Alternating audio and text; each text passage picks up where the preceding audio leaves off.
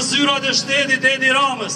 Erdhi nëna e ngratë dhe po thotë të keqe nëna Amerik të lek më lërë të flasë. A besoni çfarë mentaliteti ka krijuar te populli për këto 35 vjet? Njerëzit mendojnë se duhet t'i japin 10.000 lekë për të drejtën e vetë elementare për një fjalë. Çfarë krimi bën ky kriminal? Nëna do të flasi në sheshin e popullit pa asnjë lloj shpenzimi se ky është për të drejtat, për të zhdukur poshtërsinë, krimin dhe korrupsionin që kanë bërë këta të ndyrë për 36 vjet. Folën, jepi zë hallit tënd. Ta shikojnë protestën.